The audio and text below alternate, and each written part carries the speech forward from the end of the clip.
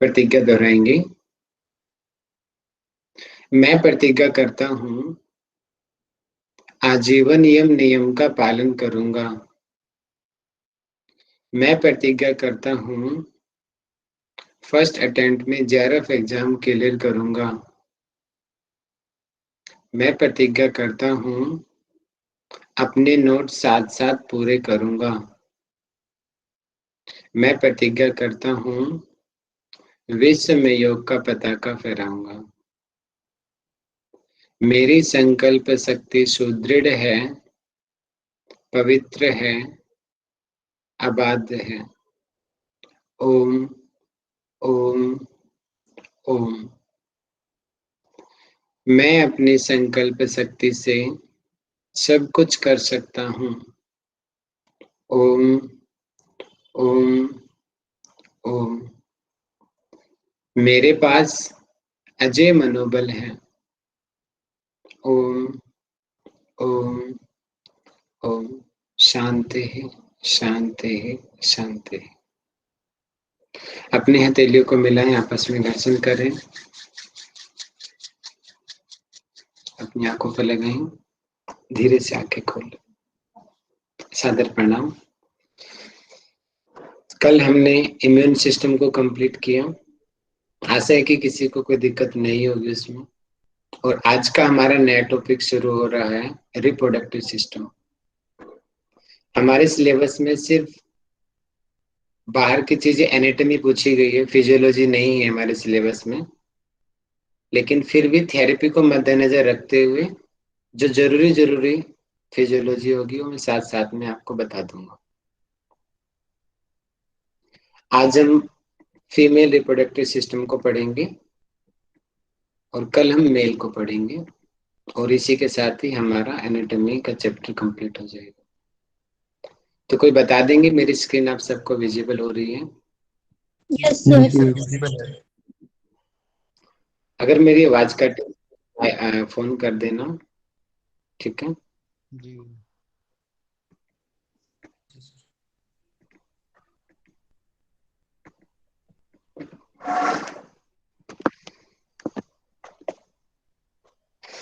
देखिए, reproduction reproduction को हिंदी में हम कहते हैं प्रजनन संस्थान।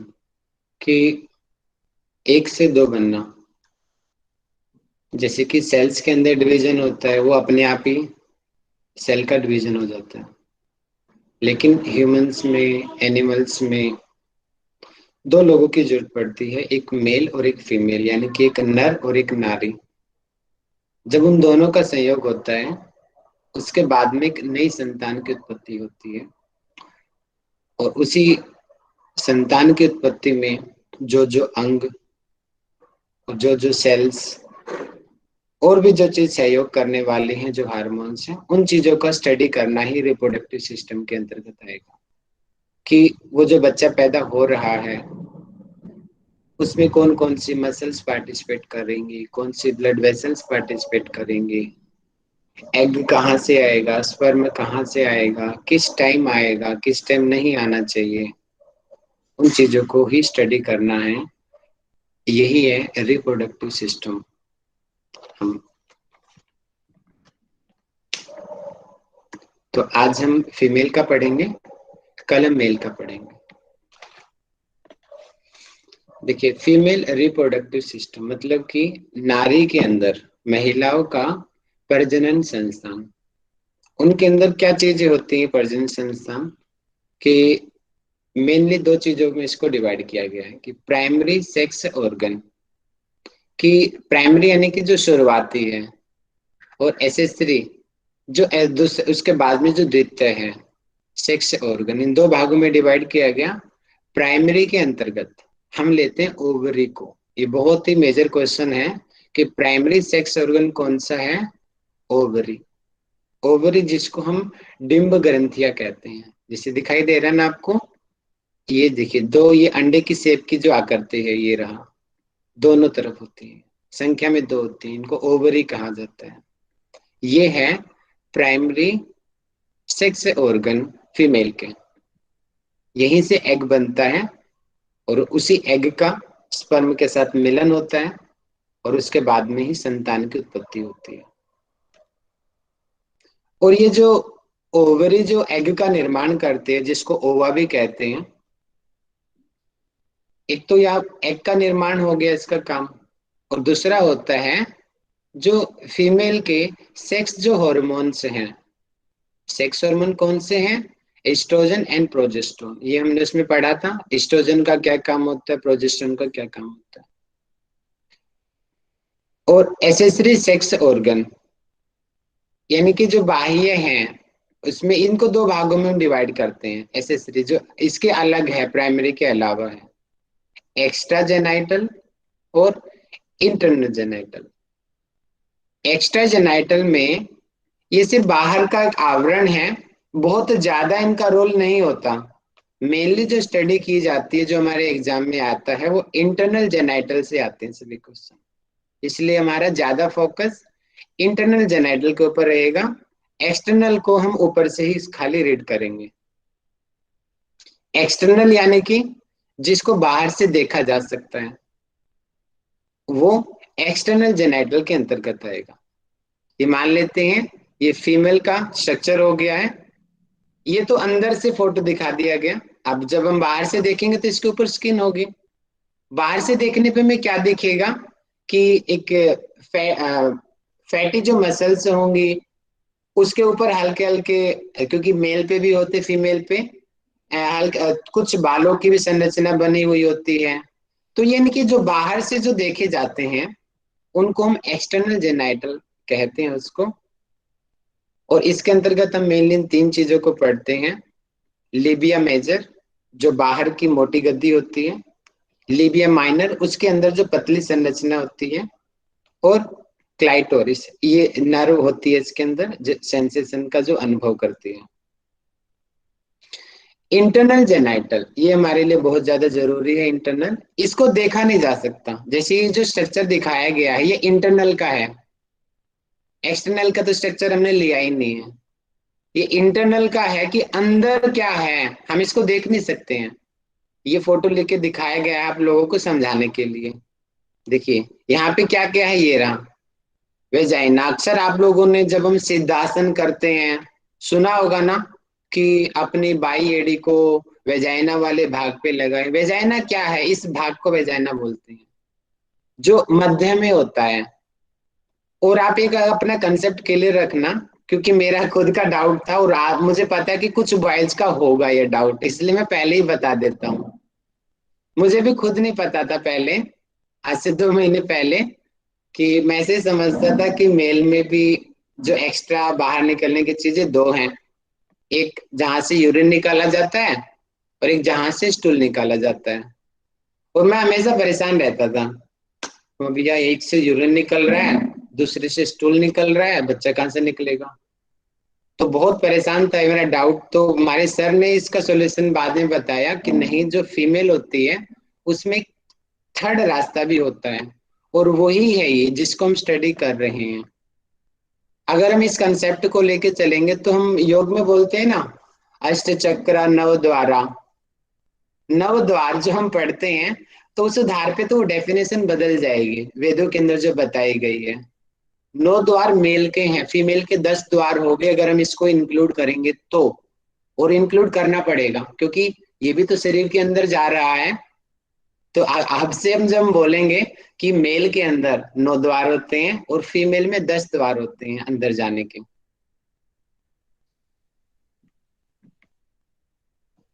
तो इसके जो पार्ट्स हैं, इसके जो ऑर्गन्स हैं, फैलोपियन ट्यूब्स यानी कि जो देखिए ट्यूब्स हैं, ये जो ओवरी से निकली सटी हुई हैं। नलीनुमा संरचना होती है, लगभग 10 सेंटीमीटर की होती है, दोनों साइड से ये होती हैं, इसको फैलोपियन ट्यूब कहते हैं। और ये जो यूट्रस है, पियर टाइप का स्ट्रक्चर होता है ये, और मसल्स का ये बना होता है और होलो स्ट्रक्चर होता है। जो बच्चा जो बनता है पेट के अंदर, माँ के गर्भ में जो 9 महीने बन रहा है, वो इसी के अंदर बनता है। इसी में ही ग्रो करता है। तो ये अपने आकार से बड़ा भी हो सकता है, क्योंकि इसकी मसल्स में वो क्षमता होती है बड़े होने की। सर्विक्स, सर्विक्स सामान्य रूप से हम नेक के लिए यूज करते हैं, कि यहाँ पे हम बोलेंगे कि जो यूट्रस की जो नेक है, मतलब कि जो नैरो पोर्शन है, उसको यहाँ पे सर्विक्स कहा गया है। यानी कि सर्विक्स ये दिखाई दे रहा है ना, सर्विक्स जो पतले वाला रीजन है और नीचे वाला जो रीजन है यूट्रस का। यूट्रस 3 लेयर से मिलके बना है, यहाँ पे 2 दिखाई गई है। एंडोमेट्रियम कि जो सबसे अंदर की तरफ है, मायोमेट्रियम जो मेन जो मसल्स हैं, और सबसे जो लास्ट की होती है पेरीमेट्रियम जो बाहर की तरफ होती है। तो ये बहुत ही कॉमन क्वेश्चन है ये।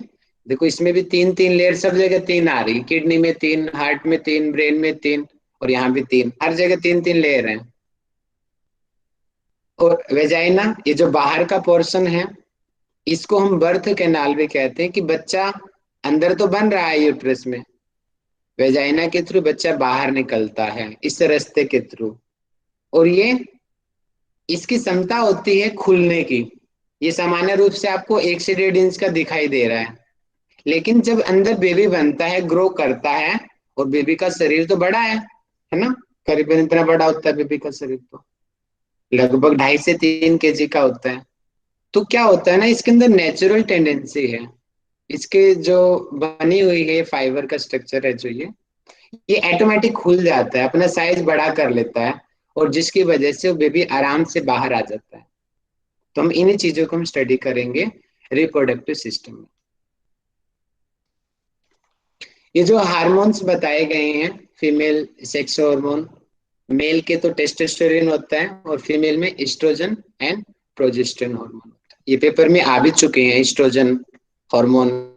पेपर में इस तरीके से क्वेश्चन आया हुआ था कि निम्न में से कौन सा फीमेल सेक्स हार्मोन नहीं है। नहीं है बोल दिया, अब जोन से है उसको छोड़ दो, जोन से नहीं है उसको निकाल दो। ठीक है, इस तरीके से क्वेश्चन हमारे पेपर में आते हैं। तो एस्ट्रोजन का काम क्या होता है?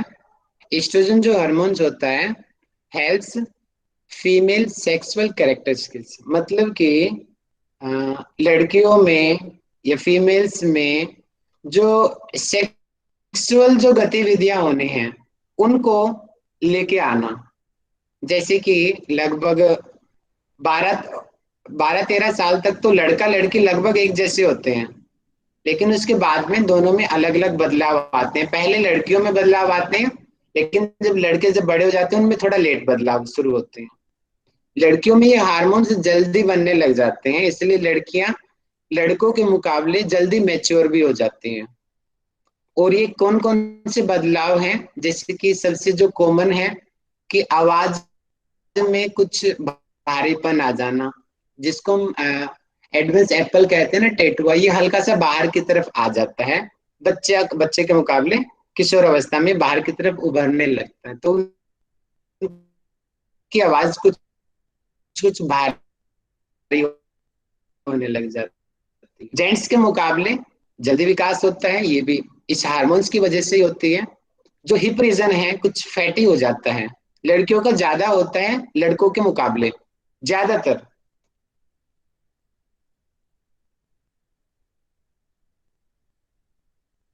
और फैल जाता है हल्का। और जिसके हिप ज्यादा कम फैले हुए होते हैं, इसलिए साउंड से एक्सरसाइज ज्यादा अच्छी रहती है। प्रेगनेंसी से पहले जो कराई जाती है, जैसे कि बटरफ्लाई कराई जाती है, किस ताकि उनका हिप हल्का सा खुल जाए, ताकि जब बेबी बाहर निकले तो सर्जरी ना करनी पड़े। आजकल ये बहुत कॉमन समस्या बनी हुई है ना, कि बेबी बाहर नहीं आता तो सर्जरी करके निकालनी पड़ती है। तो हम पहले उन एक्सरसाइज को करवाई जाती है तो जिनसे वो उनका हिप खुल जाए, जैसे कि सामान्य रूप से बटरफ्लाई है उसमें खुलता है।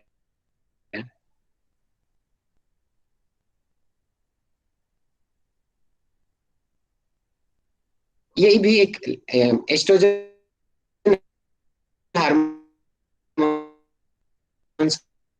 की वजह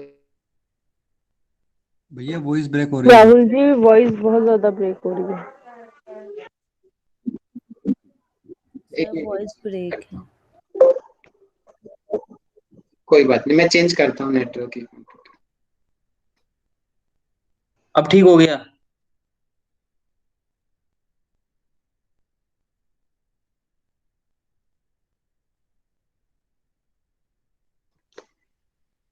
आप 1 मिनट देंगे मुझे।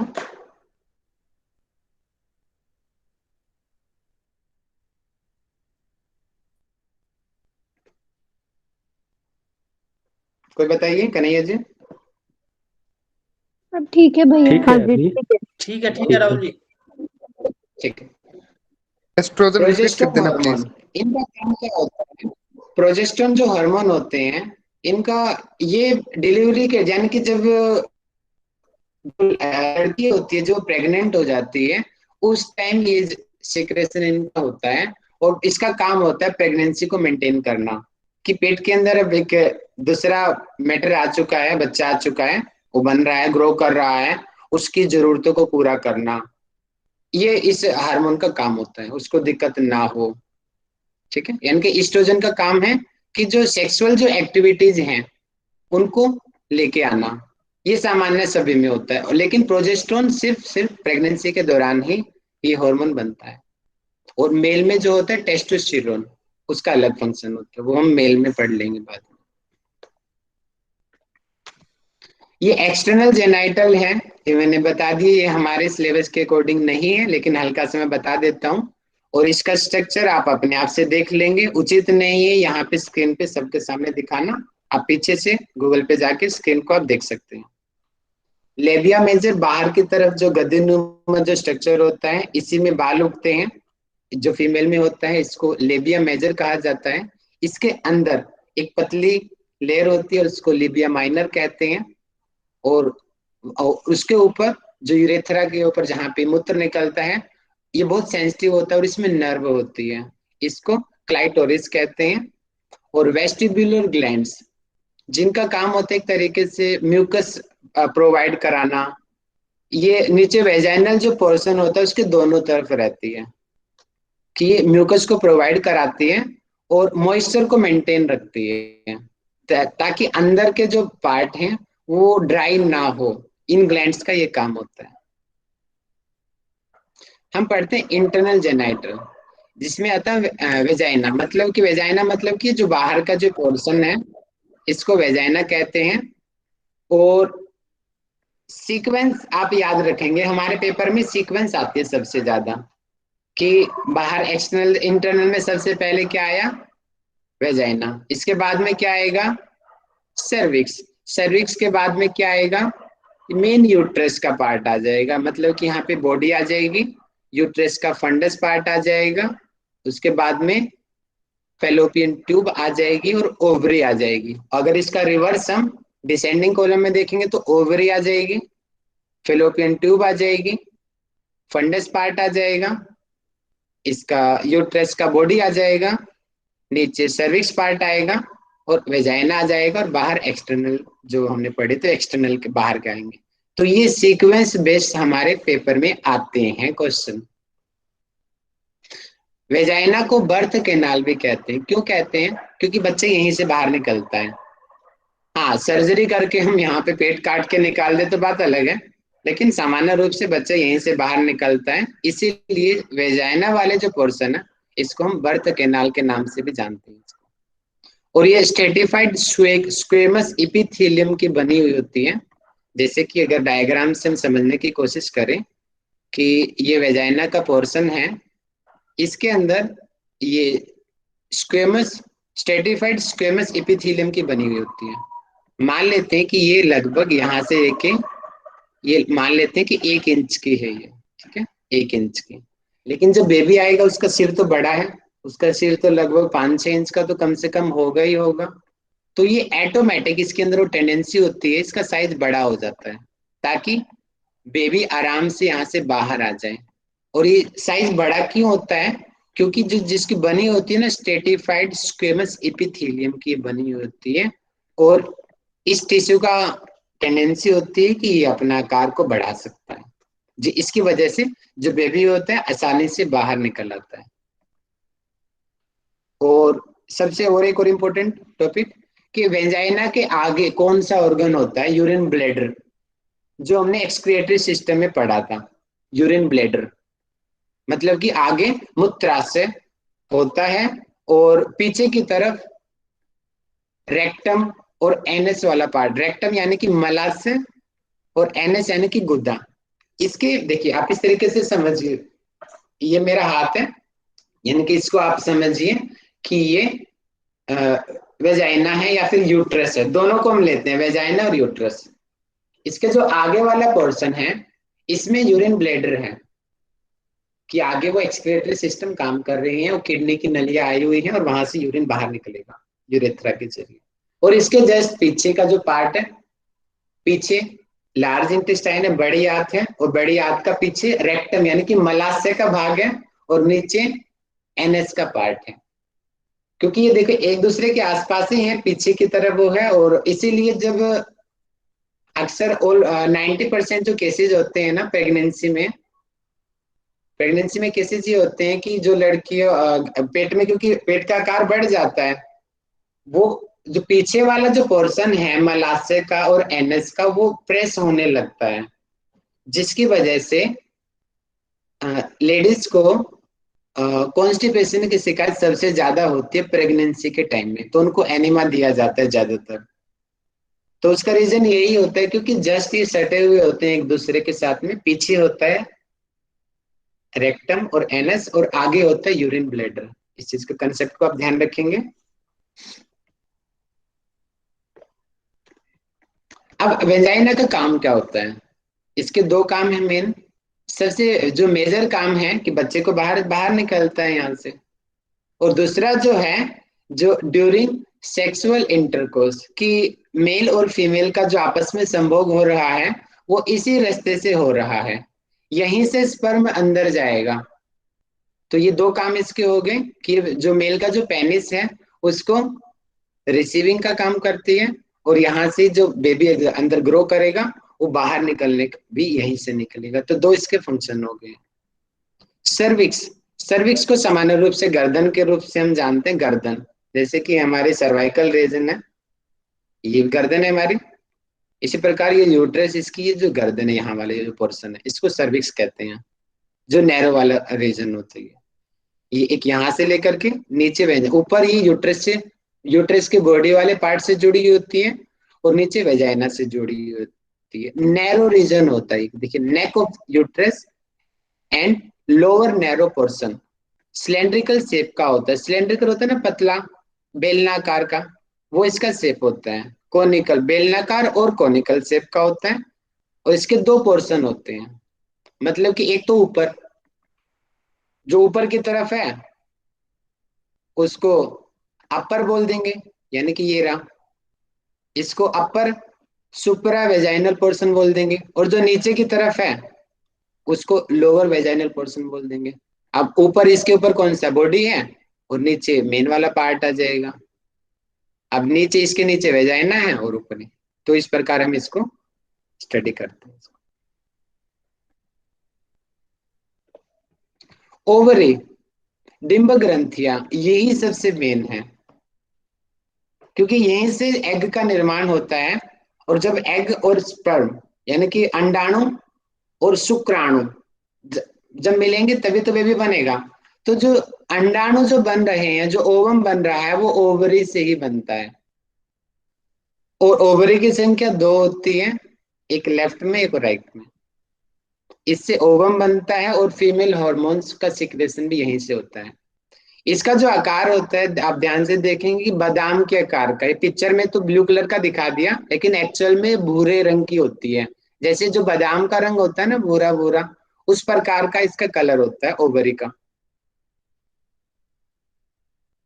और इसके दो पार्ट होते हैं, कोर्टेक्स और मेडुला। हम पहले भी स्टडी करते आ रहे हैं, कोर्टेक्स हमेशा बाहर का पार्ट होता है और मेडुला अंदर का पार्ट होता है। मेडुला के अंदर ब्लड वेसल्स और नर्व पाई जाती हैं, और कोर्टेक्स में जो पूरा प्रोसेस है फॉलिकल्स का, कैसे उसके अंदर ओवुलेशन होना है, ठीक है, वो पूरा प्रोसेस उसके अंदर होता है, हम उसको भी स्टडी करेंगे। तो इसके दो पार्ट हो गए हैं, ओवरी के, कॉर्टेक्स एंड मेडुला। कॉर्टेक्स बाहर होता है, मेडुला अंदर होता है। देखिए, एक थोड़ा मैं आपकी नॉलेज के लिए एक बहुत इंपॉर्टेंट बता देता हूँ, मुझे भी अभी किसी ने बताया था कि जैसे कि जो हेल्दी बेबी बनते हैं उसमें फीमेल की एज कम क्यों रखी जाती है, उसके पीछे क्या साइंटिफिक रीजन है कि फीमेल की एज कम होनी चाहिए, मेल की एज चलेगी ज्यादा भी हो, तो उसका रीजन क्या है? देखिए, लगभग जो ये डिंब ग्रंथियां हैं, यानी कि जो अंडे, इनको हम बोलते हैं एग, ये क्या होता है कि जैसे कि मान लेते हैं कि कोई लड़की है और उसका जन्म हुआ, आज तो वो लड़की 20 साल की हो गई है, आप अपना एग्जाम्पल ले लीजिए, आज आप 20 साल के हो गए हो, और लेकिन आज से जब आप पैदा हुए थे, जो जितने एग जो बनने थे आपके, वो माँ के पेट में ही बन गए। उसके बाद में एग का न्यू फॉर्मेशन नहीं होता, एग कम हो सकते हैं, बढ़ेंगे नहीं। इसीलिए बोलते हैं कि यहाँ पे लिखा भी होगा एक जगह पे कि जब पैदा होते हैं, ये रहा, जन्म के समय ओवरी में करीबन 2 करोड़ एग बनते हैं, लगभग, ज्यादा भी हो सकते हैं, लगभग 2 करोड़ जब छोटी बच्ची पैदा हो रही है उसके अंदर है। और जब वो युवावस्था में, यानी कि युवावस्था मानते सामान्य रूप से 18-19 साल की जो युवावस्था होती है, जब लड़की 18-19 साल की हो जाती है तो 2 करोड़ एग हैं, वो लगभग 5 लाख एग रह जाते हैं, कि कुछ एक कम हो सकते हैं, कुछ ज्यादा हो सकते हैं, एवरेजली 5 लाख एग रह जाते हैं। मेनोपॉज आपने सुना होगा। मेनोपॉज, एक मैं छोटी सी घटना बताता हूँ, आपको हंसी आएगी क्योंकि मैं प्राइमरी आया। चलो मैं किसी हल्के से पूछता हूँ, मुझे होता है मेनोपॉज सर क्या आवाज कट होता रही है, है सर। आपको जानकारी हो मेनोपॉज के बारे में? आवाज राहुल भैया आज आपकी कट कट रही आवाज भैया बहुत आपकी। ब्रेक हो रही है। एक मिनट चाहिए करता हूँ।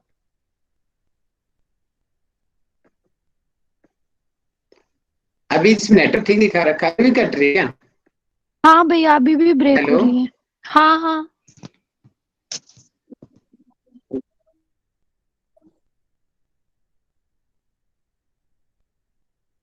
ये अभी भी कट रही है? अब ठीक है। ठीक है। अभी हेलो, ठीक, ठीक है अभी, ठीक अब है। ठीक। तो अब मुझे बताएंगे मीनोपॉज के बारे में, मुझे कौन बताएगा? मोहित पाल जी बताएंगे मुझे मीनोपॉज क्या होता है, मुझे बताइए। नहीं पता भैया। कुछ बॉयज को नहीं पता मिलेगा, इसलिए सर मुझे मैं पूछ बताऊं, रहा सर हूँ, मैं बताऊं। क्योंकि मुझे खुद नहीं पता था, मैंने एक बार न्यूज़पेपर में देखा मीनोपॉज, और मुझे तो उसकी माउंटेन पोज, कोबरा पोज, मैं सोच मीनोपॉज क्या होता है, मैं कई दिन बाद मुझे समझ आया मीनोपॉज, अरे ये होता है, बॉयज को नहीं पता होता, इसलिए मैंने पूछा आप लोगों से। मीनोपॉज जैसे कि एक लड़कियों में होता है ये, कि एक तो होती है कि, हाँ लक्ष्मी मैम हंसने की बात नहीं, बॉयज को नहीं पता होता, खासकर मेरे जैसे सीधे साधे को तो सर नहीं पता। अच्छा खासा जोक है। कल ना एक ऐसी मेरा जोक बन गया था। किसी ने ना कोविड का ना ढेर सारा मैसेज भेजा कि ये स्टे ना स्टे, वो ना इतना डरता है कोविड से। तो मैंने कहा ना अभिनिवेश, तो ही replied yes good time for investment. मैंने कहा लोल तुम गूगल ही कर लो। मतलब अभिनिवेश मतलब कि इन्वेस्ट ना हो। तो वही सेम चीज आपका भी हो रहा, मोनो पॉज से आपने पोस्टर समझ लिया। सच्ची में ऐसा कई दिन में कंफ्यूज रहा, और मैंने 10-15 बार उस न्यूज़पेपर को पढ़ा, मीनोपॉज, अरे यार मीनोपॉज करते कैसे हैं, मैं माउंटेन पोज समझू ये मीनो है, तो ऐसा सच्ची में हुआ है, मेरी एक्चुअलिटी है। और मैंने बताया ना कि सीधे साधे जो बॉयज लोगों को नहीं पता मिलेगा, मुझे तो इतना भी नहीं पता था कि तीसरा रास्ता कहाँ से होता है, मुझे 2 महीने पहले जयसिंह सर ने बताया कि लड़कियों में तीसरा रास्ता होता है जहां से बेबी निकलता है। तो ये फैक्ट है, बॉयज को कम पता होता है इन चीजों के बारे में। कुछ जो बॉयज ज्यादा एक्टिव है उनको ज्यादा पता हो सकता एक्चुअली है, वो मुझे तीसरा तो नहीं रास्ता पता। नहीं होता, जैसे कि मेल का पेनिस में यूरिन का जो पैसेज होता है उसमें आके आपका सीमेन वाला डक्ट मिल जाता है, सेम वैसे ही जो हमारा सर्विक्स होता है फीमेल में, उसमें आके यूरिन वाला इनकॉर्पोरेट हो जाता है। तो पैसेज तो वही है, एक ही है, जैसे मेल में होता है वैसे फीमेल में होता है। सर ने ना थोड़ा सा मतलब आपको छोड़ो, मतलब बस मैंने आपको ये बताया कि पैसेज वो एक ही, जैसे लास्ट में मेल का यूनाइट हो जाता है एक ही द्वार से, तो वैसे फीमेल का भी सेम वैसे ही होता है। ऐसा नहीं है कि मतलब उसका एग्जिट और एंट्री अलग से बनाया हुआ है, वो उसी पैसेज से होके फिर निकलता है यूरिन और इवन की मेंस्ट्रुएशनल पीरियड। Thank you. तो ठीक है, बाकी बॉयज अपना सुन लीजिए, आपका भी ज्ञान बढ़ेगा, मेरा भी बढ़ रहा है। तो हम थे, अब आगे टॉपिक पे बढ़ते हैं। हाँ, हम थे यहाँ पे, मैं आपको काम की बात बता रहा था कि देखिए कि लड़कियों की शादी की एज कम क्यों होती है। क्योंकि देखिए जो एग है, देखिए कम होते जा रहे हैं, बढ़ेंगे नहीं। लगभग 45-50 की उम्र के बीच में मेनोपॉज आता है, और यानी कि उसमें एग बिल्कुल बंद हो जाते हैं, और उसके बाद में बोलते हैं कि अब ये प्रेग्नेंट नहीं हो सकती। यानी कि लड़कियां जितना जल्दी गर्भ को धारण करेंगी, उनका जो बेबी होगा उतना ज्यादा हेल्दी होगा। इसीलिए सामान्य रूप से ये हमारी संस्कृति में भी डाला गया कि लड़कियों की आयु हमेशा कम होनी चाहिए और लड़कों की आयु बराबर हो या फिर ज्यादा भी चलेगी। उसके पीछे कारण क्या है कि लड़की अगर मानते कि 19, 20, 21, 22, यानी कि वो एग तो पहले का बना हुआ है ना। और ये बात आप सब मानते हो कि जो चीज जितनी पुरानी होगी उतनी ज्यादा फिर वो कम यूजफुल होगी, क्योंकि एग का नया फॉर्मेशन तो नहीं हो रहा है। जबकि मेल्स में तो हर मिनट में फॉर्मेशन हो जाता है नए स्पर्म का, और बूढ़े बूढ़े बूढ़े आदमी का भी होता रहता है। लेकिन फीमेल में ऐसा नहीं होता, वो एग जो बने हुए हैं वो माँ के पेट में पहले से ही बने हुए हैं। तो वो जो एग हैं, अब 19 साल की लड़की है और उसके मुकाबले 30 साल की या 40 साल की कोई दूसरी लेडी है, तो 40 साल की लेडी का एग पुराना होगा ना। अगर अगर उसका फिर अगर उसका फिर बेबी बनता है तो कम हेल्दी होगा। उसके पीछे रीजन क्या है, वो एग है ना उतना ज्यादा पुराना होगा, और जितना पुराना होगा उतना बेबी भी कमजोर होगा। इसीलिए लड़कियों की सामान्य जो एज होती है शादी के लिए कम रखी जाती है। आगे बढ़ते हैं।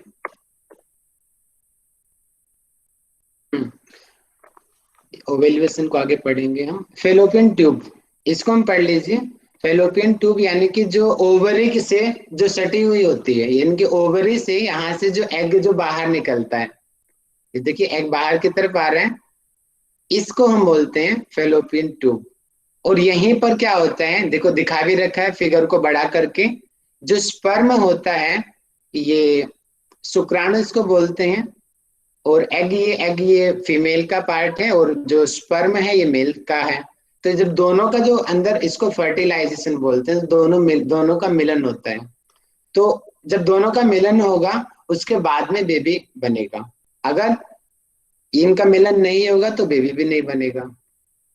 तो ये जो ट्यूब है इसकी जो लेंथ होती है लगभग 10 सेंटीमीटर की होती है। और इसमें है, हाँ ये होगा, ठीक है।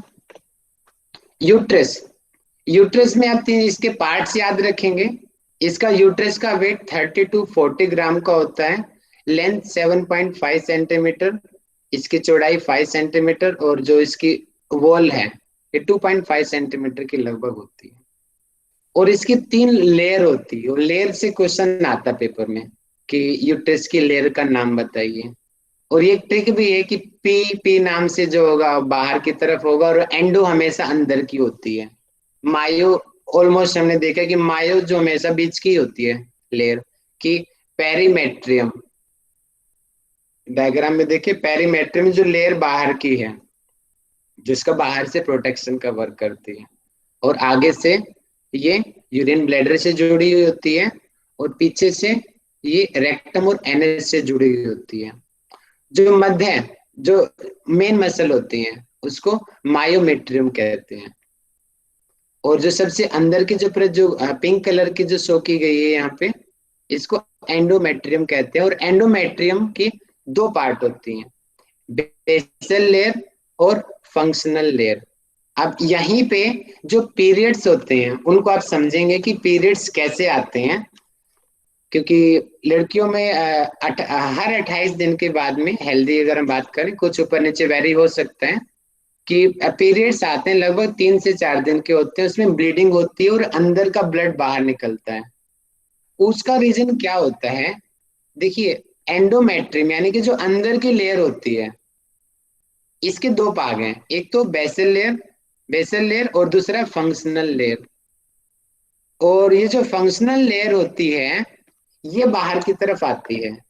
ये आप यहां से समझिए, ये रहा देखिए कि 28 दिन को हम 3 भागों में इसको बांटा जाता है, कि इसको मेनस यहाँ पे बोला गया, और प्लोरीफेटिव फेज और सिक्रेटरी फेज, 3 भागों में इसको डिवाइड किया जाता है। जो ये मेंस्ट्रुअल जो फेज है पहले वाला, ये लगभग 3 से 4 या कुछ 5 दिन का लगभग होता है। 4 दिन का लगभग इसको मानते हैं जो पहले वाला फेज होता है, इसी में ही ब्लीडिंग बाहर आती है। ये आपको दिखाई दे रहा है कि ये जो फंक्शनल लेयर है, ये जो नीचे की जो लेयर है ना, बेसल लेयर, तो एज इट इज रहती है सभी अवस्थाओं में, लेकिन जो ये फंक्शनल लेयर है ये कम होती है और बढ़ती रहती है। जब उसकी मासिक दो धर्म होती है, यानी कि जो पीरियड्स जब आते हैं लड़कियों को हर महीने में, जो 3 से 4 दिन के होते हैं, तो ये जो ब्लीडिंग की जो फंक्शनल लेयर होती है ये टूटती है, यहाँ की जो ब्लड वेसल्स हैं वो बाहर की तरफ आ जाती हैं, और 5वें दिन के बाद में दोबारा से ये बनने लग जाती हैं, और इसी प्रकार ये प्रोसेस कंटिन्यूसली चलता रहता है।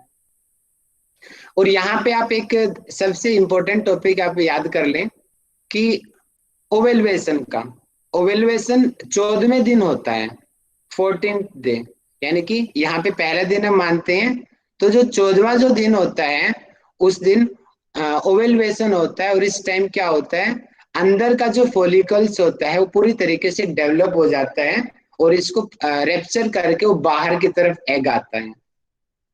और आप यहाँ पे इस कंसेप्ट को क्लियर कर लीजिए, अगर मान लेते हैं कि कोई लड़की है और उसको पीरियड्स आया, आज हो गया है, अभी मार्च का मंथ चल रहा है, ठीक है, हम मान लेते हैं कि 1 मार्च को उसको ब्लीडिंग स्टार्ट हुआ, 1 से लेकर के 4 मार्च तक उस लड़की को ब्लीडिंग हुआ, और 4 मार्च से लेकर के 14 मार्च तक, 14 से हम 2 दिन घटा देते हैं, 12 या 11 हम मानते हैं इसमें, क्योंकि स्पर्म 2 से 3 दिन तक जिंदा भी रहता है। तो ये जो पीरियड होता है यहाँ पे, यानी कि 5 तारीख से लेकर के 10-11 तारीख, ये जो टाइम है, अगर इस समय मेल और फीमेल आपस में शारीरिक संबंध बनाते हैं तो संतान की उत्पत्ति नहीं होगी,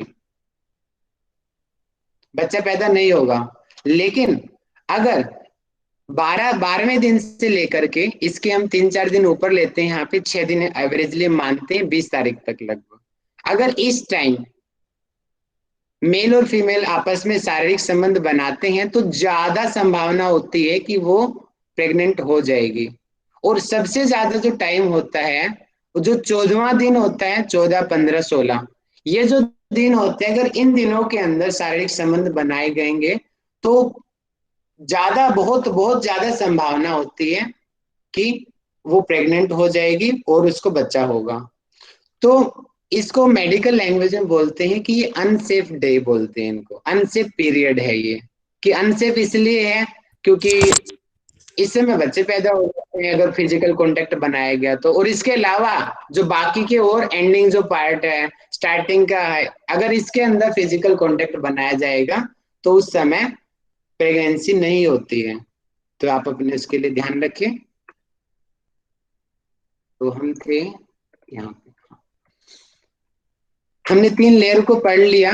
3 लेयर होती हैं, और यूट्रस के 3 पार्ट होते हैं। जैसे हमने पढ़ा था ना, स्टमक के 4 पार्ट होते हैं, कार्डियक, फंडस, बॉडी और पाइलोरिक। इसी प्रकार यूट्रस के 3 पार्ट होते हैं। फंडस जो सबसे ऊपर होता है, दिख रहा है ये ना, फंडस ऑफ यूट्रस, जो सबसे ऊपर का जो पार्ट होता है उसको फंडस कहते हैं।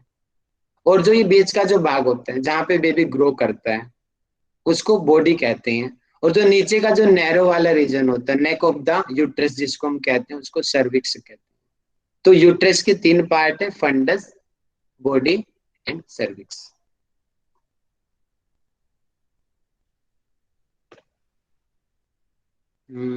ओवेल्युएशन, ओवेल्युएशन यहाँ से समझ आया होगा कि वही आप इसको पढ़ लेना कि लगभग क्या होता है, ये जो फॉलिक्यूल्स हैं, या मान लेते कि यहाँ पे स्टार्ट हो गए डेवलप होने, 5वें दिन से यहाँ पे स्टार्ट हो गए बनने, और 14वें दिन ये पूरी तरीके से अच्छे से कंप्लीट हो जाता है। और 14वें दिन क्या होता है, इसका रैप्चर होता है और ये एग बाहर आता है। उसके बाद में कॉर्पस लेक्टम बनता है, और इसका काम होता है कॉर्पस लेक्टम का, ये प्रोजेस्टेरोन हार्मोन का सीक्रेशन बढ़ा देता है कॉर्पस लेक्टम। अगर उस दौरान अगर स्पर्म आ जाता है तो उसको क्या करेगा, उसको इस लेयर को मेंटेन करने में मदद करता है। और जितनी ये जो फंक्शनल लेयर है जो दिखाई दे रही है ना, यहाँ पे जो लेयर कम हो गई थी, यहाँ पे ये ब्लड वेसल्स और जो म्यूकस का सीक्रेशन ज्यादा होगा, इसीलिए इसको सीक्रेटरी फेज भी कहते हैं। तो उससे क्या होगा कि लेयर बनी रहेगी, और अगर बेबी का अंदर निर्माण होगा तो उसको जो न्यूट्रिशन जो मिलने वाला है वो इस लेयर से मिलेगा, इसीलिए मेंटेन रहता है ये, इसका ये कार्य होता है। और मेन आपके लिए ओवेल्युएशन का जो दिन होता है 14वें दिन, हम इसको सामान्य रूप से मानते हैं।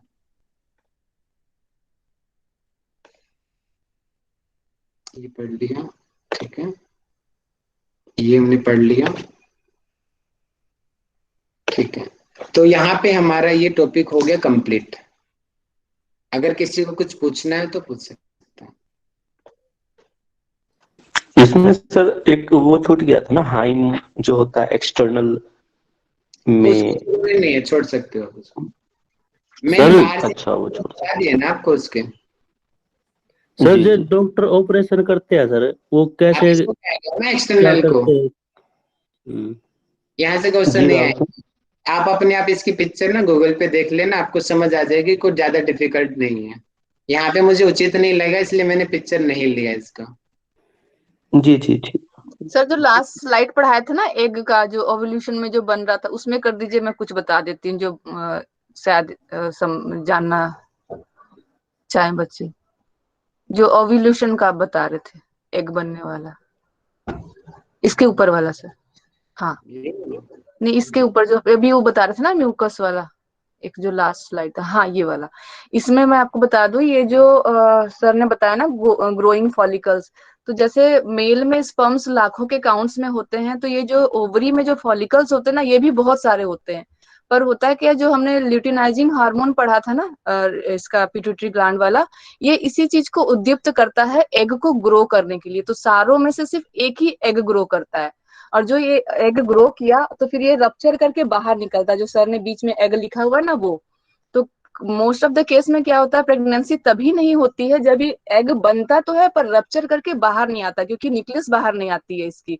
तो एग का जो लाइफ टाइम होता है वो 24 घंटे से लेस होता है, और जो मेल का स्पर्म का लाइफ होता है वो 4 से 5 दिन का होता है। तो पीरियड्स के 14वें दिन मैक्सिमम होता है।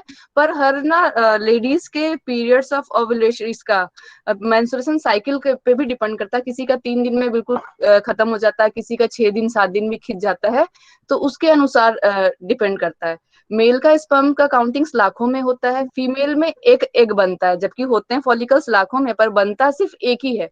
और ये है मतलब भगवान का नियम बनाया हुआ कि दोनों ओवरी में से अल्टरनेट बनता है एग। अगर जनवरी महीने में लेफ्ट वाला ओवरी ने एग बनाया तो फरवरी में राइट वाला बनाएगा, अल्टरनेट रिलीज करता है। तो जब यूट्रस का जो वॉल देख रहे हैं, यहाँ से स्पर्म फ्लोट करता हुआ फेलोपियन ट्यूब में आता है, और वहां से एग रप्चर करके फेलोपियन ट्यूब में आता है, तो फर्टिलाइजेशन वही होता है। मतलब कि जैसे आप 2 अंडे को फोड़ो तो अंदर का जो येलो योक दिखता है ना, उस तरह से मेल का स्पर्म लाखों में आते हैं, वो कोई एक स्पर्म है जो इसको पेनिट्रेट कर देता है, जो एग रप्चर हुआ है, रप्चर होने के बाद। तो उस मेल का जो स्पर्म का न्यूक्लियस और इसका न्यूक्लियस मिलके दोनों इकट्ठे हो जाते हैं, तो उस चीज को बोलते हैं हम जाइगोट। जाइगोट का जो फर्स्ट डिवीजन होता है, जब वो एक सेल बन गए तो फिर उनका मल्टीपल डिवीजन होता है, जो हमने मियोसिस में पढ़ा था कि 1 से 4 बने, 4 से 6 बने, 8 बने, ऐसे करके मल्टीपल में। तो वो जब जब जहाँ फर्टिलाइजेशन कहाँ होगा, फिलोपियन ट्यूब में, जो यहाँ से फ्लोट करके बिल्कुल ओवरी के बाहर गया है। जब फर्टिलाइजेशन हो जाता है तो वापस वो फ्लोट करके यूट्रस के वॉल पे आता है, जहां पर ये आपका कॉर्पस लेटियम जो यहाँ पे वॉल बना। ये वॉल कैसा बनता है, जैसे कि हमने गमले में मिट्टी लिया और पानी डाल के उसको एक इसके बीज के लिए ग्रो होने के लिए हमने बेड तैयार हुआ ना, लिटरली वैसे ही बेड तैयार होता है यूट्रस के वॉल में, अलग से लेयर बनता है। तो जहां फर्टिलाइजेशन हुआ, फर्टिलाइजेशन के बाद यही एग फ्लो जो जाइगोट है वो फ्लोट करके आता है और ये यूट्रस के वॉल जहां पे ये बेड बना है उस पे वो पेनिट्रेट करके स्टिक हो जाता है। जैसे हमने चने को अंकुरित किया घर में और फिर उसको मिट्टी में जाके बो दिया, तो वहीं पे ये हो जाता है, इम्बेड हो जाता है, मतलब घुस जाता है उसमें, और वहीं से बेबी ग्रो करना चालू होता है। तो फिर धीरे धीरे यूट्रस का आकार बड़ा होने लगता है बेबी के साइज से। तो यहाँ तक जब ये हो जाता है, जब बेबी यहाँ पे हो जाता है, तब 9 महीने तक मेंसेस नहीं आते हैं। क्यों नहीं आएंगे? क्योंकि जो बेड तैयार हुआ है वो बेबी को सींचने का काम करता है। और जब जैसे यहाँ पे ओवुलेशन हुआ और नॉर्मल जो मतलब संभोग नहीं कर रहे हैं, तो ना स्पर्म गई ना एग हुआ। अब एग क्या करता है, 24 घंटे में वो डेड हो जाता है। तो एग तो डेड हो गया, अब स्पर्म तो उसका फर्टिलाइजेशन नहीं हुआ, तो एग डेड हो गया, तो ये बेड में आके वो एम्बेड नहीं हुआ तो ये कुछ दिन तक वेट करता है। इनका जो साइकिल चलता है, ये जो बेड तैयार हुआ है वो, और जब एग उसको नहीं मिलता है, वहां पे कुछ बीज रोपण नहीं होता है, तो वो पीरियड्स के शकल में, मतलब जो डेट होता है उनका 28 का काउंटिंग, वो फिर उसका पूरा ब्रेकडाउन हो जाता है और वो धीरे धीरे पीरियड्स के रूप में बाहर आ जाता है। तो ये हर महीना का यही चक्र है, भगवान का बनाया नियम कि एग वहां बनता है, स्पर्म जाती है, बन गया तो 9 महीने में आके बच्चा बन जाता है, और नहीं बना तो वही हर महीने इसका पीरियड्स के रूप में ब्लड फ्लो हो जाता है, ये निकल जाता है और वो वॉल क्लीन हो जाता है। मैम अभी आपने तो ये इस जो तरह से कहा देखा कि जाए तो ये इस तरह से देखा जाए तो एग और स्पर्म ये दोनों सेल का ही काम कर रहे हैं एक तरह से, मतलब सेल ही बोल सकते बिल्कुल हैं ये इनको। सेल ही होते हैं। सबसे बड़ा सेल एग सेल ही बोलते हैं कि ह्यूमन बॉडी में एग सेल जो मेल फीमेल का होता है वो होता है, और स्पर्म भी सेल ही होते हैं। मेल का स्पर्म जो है वो स्मॉलेस्ट। अपना, हाँ स्मॉलेस्ट कह नहीं सकते, क्योंकि ना अभी तो जैसे जैसे मैं पढ़ी मुझे अलग अलग ही मिल रहा। उस दिन राहुल सर से डिस्कस करते पता चला कि न्यूरॉन का इतना लंबा लेंथ था, तो मैंने एग सेल तो उतना बड़ा नहीं होता है, लेकिन यही है कि मैंने अभी जैसे देखा ये दीदी, हम, तो इसमें स्मॉलेस्ट दे रखा है ये। हाँ स्पर्म का स्मॉलेस्ट देता है, लेकिन पता ही नहीं, मतलब कंफर्म नहीं, कॉन्ट्रडिक्ट चलते रहता है, रोज रोज नए नए आविष्कार हो रहे हैं, रोज रोज पैदा हो रहे हैं, बस वही वाली बात है। पर अभी तक तो फिलहाल तो इतना तो ये बताया पूरा जाता है। तब प्रोसेस ये, फेनोबल ट्यूब में होता है और फिर यूट्रस में आता है। हाँ ये जाता है वहीं पे। इसीलिए आपने सुना होगा ना कि प्रेगनेंसी क्यों नहीं होती। अब ये जो ल्यूटिनाइजिंग हार्मोन था ना, पिट्यूटरी ग्लैंड से था। पिट्यूटरी ग्लैंड आपको पता है कि थायराइड पे भी इम्पैक्ट करती है। तो जिन लड़कियों को थायराइड होता है ना, उनकी प्रेगनेंसी में बहुत दिक्कत आती है, क्योंकि ना ये जो एलएच जो था, यही एग को ना एक्टिवेट करने का काम ही नहीं करती है। एग बनता तो है पर रप्चर नहीं होता, रप्चर नहीं होगा तो फर्टिलाइजेशन कैसे होगा? एग बना और वो अपने टाइम पे डेड हो गया, तो फिर डॉक्टर ना हार्मोन्स के इंजेक्शन लगाना चालू करते हैं इसके लिए, तो तब जाके फिर फर्टिलाइजेशन होता है। और यही चीज किसी में बिल्कुल भी नहीं हो रहा है। तो जो टेस्ट ट्यूब बेबी आपने सुना है ना, तो उसमें क्या करते हैं जो डॉक्टर्स होते हैं, देखो स्पर्म्स तो हम कभी भी ले सकते हैं मेल का, लेकिन जो ओवुलेशन का पीरियड है वो तो जैसे लड़की के डेट के, और उसमें भी उसका साइकिल देख के, पूरा प्री हिस्ट्री देख के, पास्ट हिस्ट्री देख के, सॉरी, उसमें उसका काउंटिंग करते हैं डॉक्टर। 1 दिन 2 दिन 3 दिन डेली चेक करते हैं कि ओवुलेशन हुआ कि नहीं, मतलब एग बना कि नहीं, और एग बन गया तो उसको वहां से निकालते हैं स्पर्म लेके, वो इनविट्रो फर्टिलाइजेशन कहते हैं, मतलब कि टेस्ट ट्यूब में उसको फर्टिलाइज कराते हैं। जो क्रिया फेलोपियन ट्यूब में होनी थी वो बाहर टेस्ट ट्यूब में होती है, और फिर जब वो जाइगोट बन जाता है तो उसको ले जाके वापस यूट्रस में इंजेक्ट करते हैं, और वो वहां जाके फिर एम्बेड होता है। इसी वजह से कई बार टेस्ट ट्यूब बेबी में ना 3-3 बच्चे पैदा हो जाते हैं। जैसे आपने फारा खान का सुना हुआ कि ट्रिपलेट्स है उसके। तो जब वो एग लेता है ना, तो स्पर्म के साथ जब इनविट्रो फर्टिलाइजेशन होता है, तो कई टाइम क्या होता है कि एग जो है ना वो 3 के साथ मल्टीप्लाई हो जाता है। ट्विंस में क्या होता है, यही एग जो रप्चर किया ना, तो पहला जब जाइगोट बना ना, वही डिवीजन हो जाता है 2, तो 2 बच्चे पैदा हो जाते हैं। इसमें ये सिस्टम है। तो आपको इसमें तो पता तो चल गया होगा इनमें कि हाँ प्रेगनेंसी, हाँ जी बताइए। जी दीदी, तो फिर इनमें 2023 वो होंगे क्रोमोसोम दोनों में, हाँ दोनों में होंगे, क्योंकि 46 दोनों से में तो होता होंगे। है ना। हाँ एक्स वाई मेल में होता ओके, है, फीमेल में तो सिर्फ एक्स ही होता है। मैम ट्विंस तो का उसी से बताइएगा एक फिर, बार, ट्विंस का थैंक कैसे यू होता है? दीदी। ट्विंस जो मैंने बताया ना, फर्टिलाइजेशन हुआ, फर्टिलाइजेशन के बाद ना वो जायगोट बना, एक सेल बना। तो कई बार जैसे एक जैसे हमने देखा कि चने में से अंकुर निकला तो एक पौधा बना, वही चना अगर डिवाइड हो जाए वहीं पे तो वो 2 पेड़ निकाल दे। तो वैसे होता है, जब ये जायगोट डिवीजन हो जाता है इसका, तो 2 बच्चे ट्विंस हो जाते हैं। और कई बार यही जायगोट का 2-3 तरह से डिवीजन होता है और बीच में रुक जाता है, मतलब एक साइड से हुआ और फिर आगे नहीं हुआ। तो वो बच्चा कैसा पैदा होता है, जिसके 2 सर होते हैं और पेट यूनाइट होते हैं। कोई नीचे से डिवीजन हो गया तो उसके 2 पैर तो हो गए पर सर जुड़ा हुआ है, किसी का पेट से हो जाता है। तो ये डिवीजन में प्रॉब्लम जहां आती है वहां पे वैसे बच्चे ट्विंस पैदा होते हैं, जिनका जायगोट बना तो डिवीजन हुआ लेकिन पूरी तरह से नहीं हुआ, तो उनके अंग जुड़े हुए होते हैं आपस में।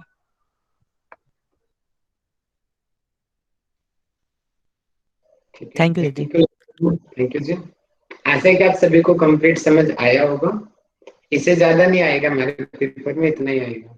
वैसे आगे स्टडी के लिए तो बहुत है, मैंने जान के आगे का टॉपिक नहीं उठाया, फिर वो कंफ्यूजिंग बन जाता है आप लोगों के लिए, इसलिए।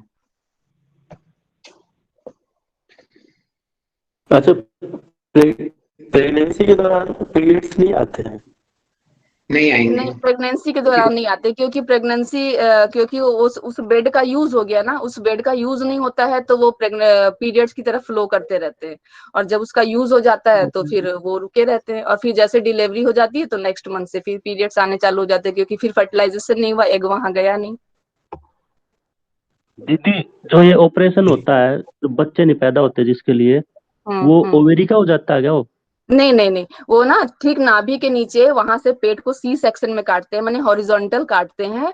और वहां से, क्योंकि सर्विक्स का मुंह कई बार नहीं खुलता है या फिर बच्चा अटक जाता है, क्योंकि जो फीमेल में जो हमारा पेल्विक रीजन होता है वो थोड़ा सा बड़ा होता है। अपना मेल या फीमेल का अगर पढ़ोगे, प्यूबिस वाला जो इलियम इसचियम प्यूबिक है, तो फीमेल का जो डेड बॉडी हमें मिलती है ना, कंकाल जो मिलते हैं, तो उसमें ये डॉक्टर्स या पुलिसमैन कैसे पता करते हैं कि ये मेल था या फीमेल था?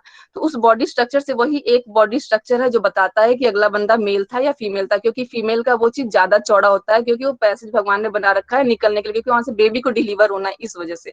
तो कई बार कॉम्प्लिकेशंस आते हैं कि नहीं होता, या बच्चा के जो प्लासेंटा बनता है, जो नाल कहते हैं, कई बार बच्चे घूमते घूमते उसी में बहुत ज्यादा लिपट जाते हैं। कई बार बच्चे पॉटी कर देते हैं, जो क्योंकि वो पानी के अंदर, जैसा बैग के अंदर होते हैं उसमें पानी भरा होता है, तो उनके पॉटी कर देने से क्या होता है, पूरे बैग में मिक्स हो जाता है और फिर वो उसी को खा लेते हैं या उनके सांस के साथ चला जाता है, तो वो पॉइजनस हो जाता है कि जो बच्चा जन्मा नहीं उसमें ये चला जाए। तो इस हड़बड़ी में फिर डॉक्टर सी सेक्शन का सर्जरी कर देते हैं, ये है। और लेकिन आपने सुना होगा कई बार ओवरी डैमेज हो जाती है, कोई एक्सीडेंट हो गया ये, तो कई बार कहते हैं ना कि हाँ ये प्रेग्नेंट नहीं हो सकती, तो क्यों? तो ओवरी डैमेज हो जाती है, किसी का फेलोपियन ट्यूब जाम हो जाता है। अधिकतर केसों में ये देखा गया है कि फेलोपियन ट्यूब है ना, वो चिपक जाता है आपस में। जैसे कई बार हमने सुना है केस में कि आंतें चिपक जाती हैं आपस में, तो जहाँ फेलोपियन ट्यूब चिपक गया तो अंडा कहाँ से आएगा, तो फिर स्पर्म कहाँ जाके फिर उससे फर्टिलाइज करेगा। तो कई बार सर्जरी करके डॉक्टर उस फेलोपियन ट्यूब को खोलते हैं। और जो लिगेशन वाली सर्जरी होती है कि इनका ऑपरेशन हो गया, अब बच्चा नहीं हो सकता, तो ये जो 2 फेलोपियन ट्यूब है ना, इसी को बीच में धागा से बांध देते हैं। तो अंडा अगर वहां बनता जी, भी है ओवरी में, तो यही पूछना था मैं।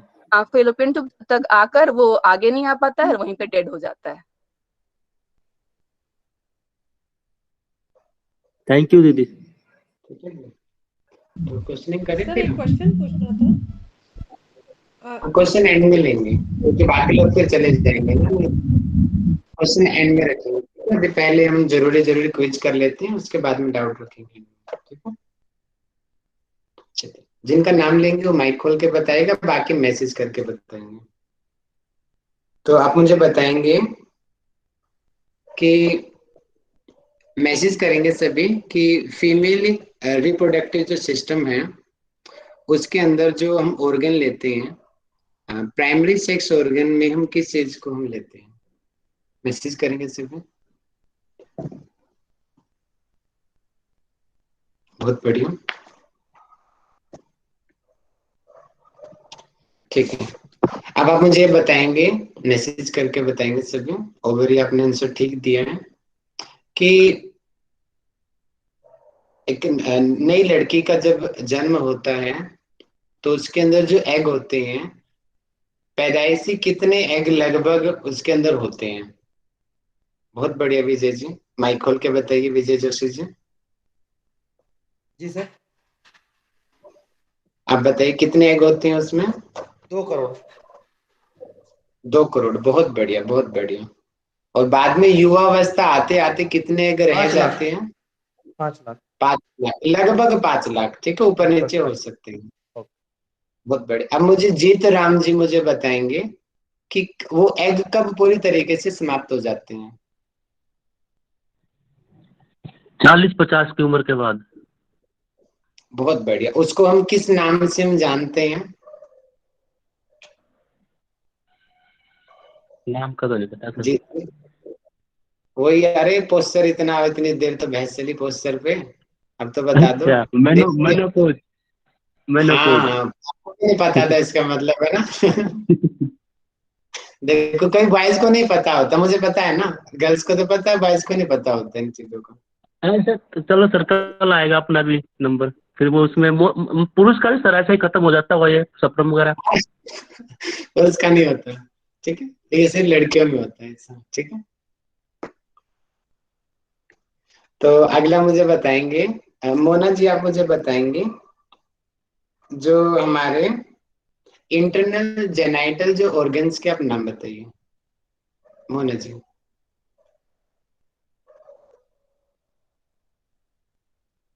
मोना चतुर्वेदी जी। हाँ भैया, 2 होते हैं। अच्छा जी, कौन कौन से ये होते हैं? नाम नहीं याद। नाम नहीं आते। मैं बताऊं सर? बताइए जीतराम जी। फैलोपियन ट्यूब्स, यूट्रस, कर्विक्स और वेजिना। वेंजाइना, वेरी गुड, बहुत बढ़िया, बहुत अच्छा बताया आपने। अब मुझे मैसेज करें सीक्वेंस में सभी, ओवरी से लेके वेंजाइना तक सीरीज में टाइप करें सारे, क्योंकि हमारे पेपर में सीरीज आती है। ओवरी से मैंने बोला बाहर आना वेंजाइना तक, मैसेज करें सभी, सीक्वेंस बनाए पूरा। कौन सबसे पहले करेगा? रश्मि जी ने कर दिया है, नहीं रश्मि जी छोड़ दिया आपने कुछ बीच में, विजय जी ने भी बीच में कुछ छोड़ दिया है, वेरी गुड। मीनाक्षी जी ने कंप्लीट लिखा है। मीनाक्षी जी माइक खोल के बताइए। सर पहले आता है हमारे प्राइमरी ऑर्गन के अंदर ovaries, pair of ovaries, then fallopian tubes, then uterus, then cervix, then sorry cervix, then vagina, then vulva. बहुत बढ़िया, बहुत अच्छा बताया आपने। वल्वा एंडिंग में जो एक्सटर्नल है बाहर की तरफ, जिसको देखा भी जा सकता है। अब मेरा अगला क्वेश्चन है, मुझे आप बताएंगे कि फीमेल सेक्स हार्मोन कौन कौन से हैं, मैसेज करें इसे। फीमेल सेक्स हार्मोन्स के नेम क्या हैं? वेरी गुड मीनाक्षी जी, रश्मि जी, नीरज जी माइक खोल के बताएं, और दोनों का फंक्शन भी बताना है आपको। जी भैया, एजेस्ट्रोन होता है, प्रोजेस्टेरोन होता है, 2 होते हैं। एस्ट्रोजन, जी एस्ट्रोजन सर, का एस्ट्रोजन। फंक्शन क्या होता है, क्या काम करते हैं? एस्ट्रोजन जो हार्मोन है वो जो लेडीजों में जो उनका स्तनों का साइज बढ़ जाता है, हिप भारी हो जाते हैं, और जो उनके जन अंग हैं वो फैल जाते हैं। और जो प्रोजेस्टेरोन हार्मोन है वो गर्भवती जो प्रेगनेंसी के लिए रहता है, वो प्रेगनेंसी के प्रेगनेंसी को दौरान मेंटेन करता डिप्रेशन होता है, बहुत बढ़िया। है। और मुझे मेल्स का बता दीजिए, नीरज जी आप ही बता दो, मेल के अंदर कौन सा होता है? पढ़ाया तो नहीं मैंने, लेकिन बताया था मैंने। टेस्टोस्टेरोन होता है। वेरी गुड, टेस्टोस्टेरोन, बहुत बढ़िया। ये क्वेश्चन आते हैं पेपर में, हार्मोन्स के नेम बाहर से क्वेश्चन आएंगे हमारे पेपर में। तो एक्सटर्नल जेनाइटल जो जिसको वोल्वा भी कहा गया है, उसके अंदर कौन कौन सी हम चीजों को लेते हैं, उनके नाम मैसेज करके बताएं सभी, जिसको याद है सारे के सारे माइक खोल के बताते हैं। लेबिया मेजोरा, जी। लेबिया मिनोरा, हम्म। एक और होता है मेजर क्लिटोरिस, ऐसे कुछ करके माइनर होता होते है। हैं। Labia minor, labia vestibular major glands and होते हैं। क्लाइटोरिस। वेरी गुड, बहुत बढ़िया। वेस्टिबुलर तीन होते हैं। ग्लैंड्स भी तो होती है ना, ग्लैंड्स होती हैं जो वेस्टिबुलर म्यूकस ग्लैंड। सीक्रेट, ठीक है, हाँ, वेस्टिबुलर ग्लैंड्स। वेस्टिबुलर ग्लैंड्स, बहुत बढ़िया। अब मुझे आगे बताएंगे, बर्थ कैनाल किसको कहा जाता है, मुझे जय कृष्ण पारडिया जी बताएं। बर्थ कैनाल किसको कहते हैं? भजीना, भजीना को बोलते हैं। ठीक है, भजीना को बोलते हैं सर। बहुत अच्छा बताया। कुंदन जी, आप इसी क्वेश्चन को दोबारा बताएं। जी सर। Birth canal vagina. किसको कहते हैं? हाँ, वेंजाइना, बहुत अच्छा बताया आपने, वेरी गुड। अब मेरा क्वेश्चन है कि वेंजाइना के आगे, रानी जी मुझे बताएंगी, रानी जैन, वेंजाइना के आगे कौन सा ऑर्गन होता है?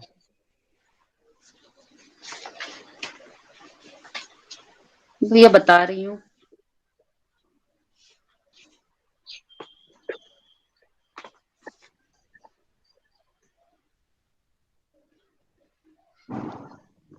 बहुत टाइम ले रहे हो जी। रश्मि जी, आप बताइए।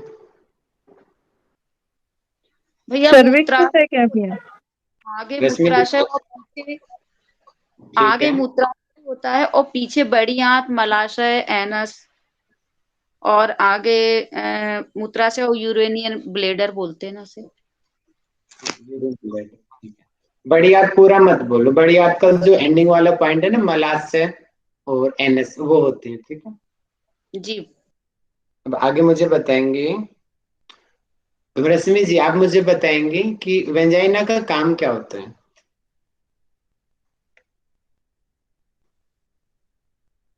रश्मि शर्मा जी, आप बताइए।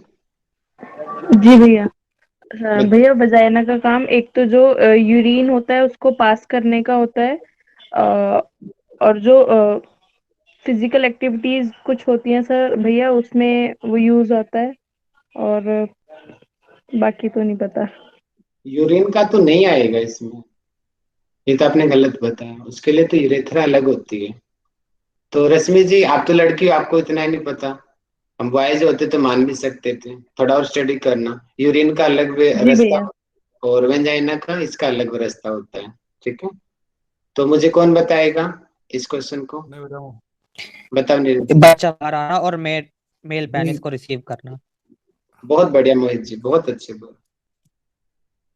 अब मुझे आगे बताएंगे, ओवरी के कितने पार्ट होते हैं? राधिका जी मुझे बताएं माइक खोल के, ओवरी के कितने पार्ट होते हैं? सर दो पार्ट होता है, यूट्रस हैं? Left, uterus left and right uterus होता है। मिक्स कर दिया आपने, आंसर तो आप ठीक दे रहे हो, मिक्स कर दिया, किसी का किसी में मिला दिया। अर्पणा पांडे जी, आप मुझे बताइए, अर्पणा जी।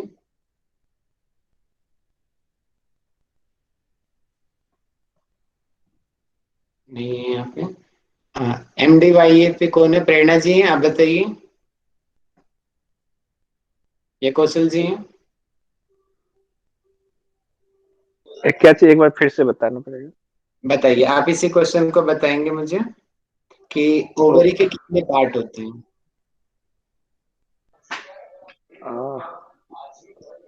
अभी ध्यान नहीं आया, शायद 3 पार्ट होते हैं। दो भैया होते हैं मैं भैया। बताऊं, दो होते हैं, मेडुला और दूसरा कॉटेक्स। आउटर कॉर्टेक्स और डक्टिंग मेडुला। वेरी गुड, बहुत बढ़िया, बहुत बढ़िया।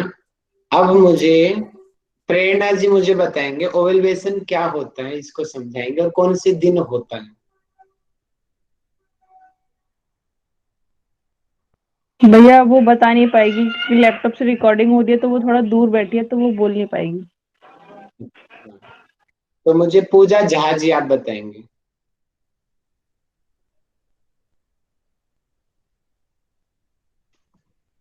नहीं बता रही, तो मुझे मीनाक्षी जी हम बताएंगे।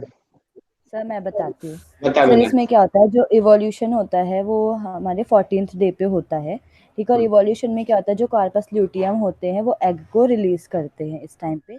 इसमें जो होता है एलएच का लेवल हमारे ब्लड स्ट्रीम में आता है और फॉलिकल्स को बल्ज करके रप्चर करके बाहर करता है। और इसी टाइम पे अगर हम कोई अगर इंटरकोर्स करते हैं तो प्रेगनेंसी होने के चांसेस रहते हैं। और ये इस टाइम पे क्योंकि जो एग होता है वो ट्रैवल कर रहा होता है 5 to 6 डेज तक, क्योंकि फॉलिकल के बाद, इसलिए इस टाइम पे प्रेगनेंसी के चांसेस ज़्यादा रहते हैं। बहुत बढ़िया, बहुत बढ़िया। और अगला मुझे बताएंगे, ये हो गया। अब मुझे बताएंगे लेयर्स के बारे में। भारती माली जी, आप मुझे बताएंगे यूट्रस की कितनी लेयर होती हैं?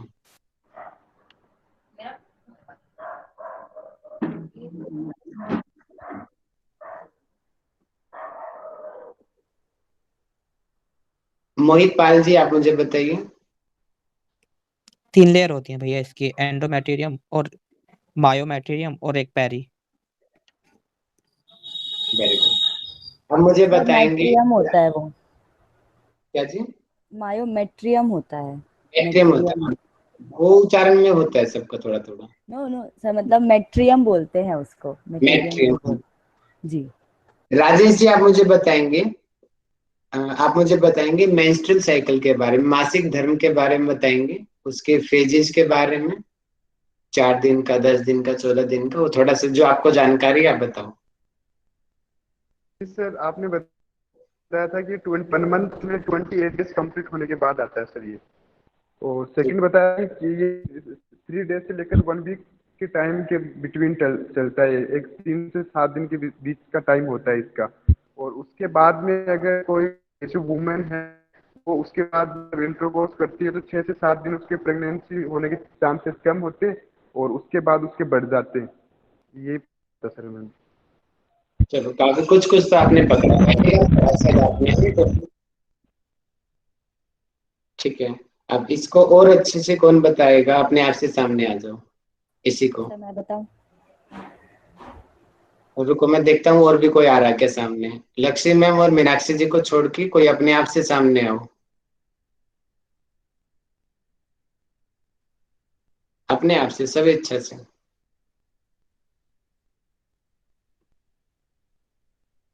मीनाक्षी जी बताइए। सर जनरली क्या होता है, जो हमारी मेंस्ट्रुअल साइकिल होती है, जो वो स्टार्ट होती है, जब बिगनिंग जब उसका होता है तो उसको हम मेनार्क बोलते हैं। जब मेंस्ट्रुअल साइकिल स्टार्ट होती है 12 to 13 एज में, जब वो खत्म होती है तो उसको हम मेनोपॉज बोलते हैं। ठीक है।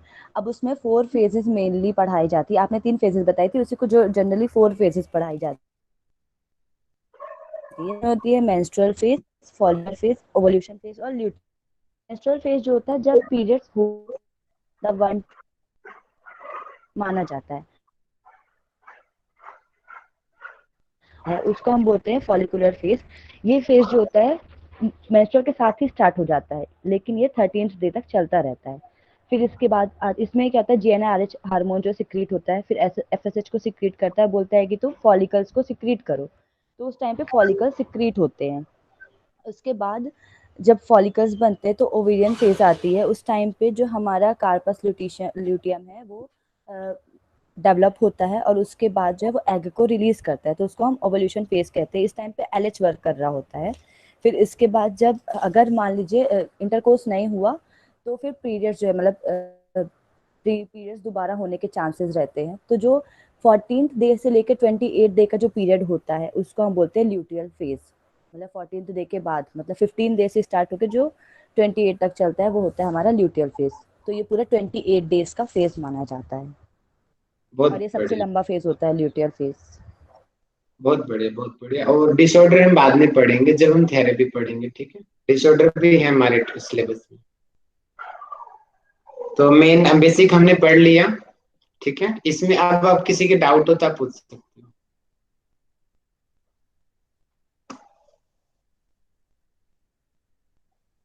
क्लियर सभी को? ठीक है। तो शांति पाठ के लिए आज मैं लक्ष्य मैम से रिक्वेस्ट करूंगा, शांति पाठ करें। एक बार कमर गर्दन कर लीजिए सीधी, आंखें कोमलता से बंद,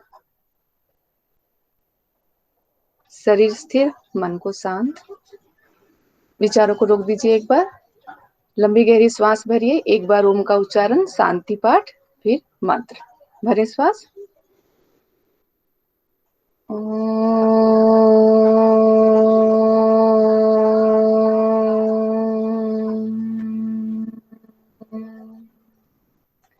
सर्वे भवन्तु सुखिनः, सर्वे सन्तु निरामया, सर्वे भद्राणि पश्यन्तु, मा कश्चित् दुःखभाग्। ॐ शान्ति शान्ति शान्ति। Rub your palms. पलकों पे रखें, धीरे से आंख खोल दे। शांति शांति शांति 3 बार, 3 तरह के तापों से मुक्ति के लिए, आधि दैविक, आध्यात्मिक, आधि भौतिक। Hariom. Thank you so much. Thank you sir. कल हम लास्ट पढ़ेंगे। आज हमने फीमेल का पढ़ा।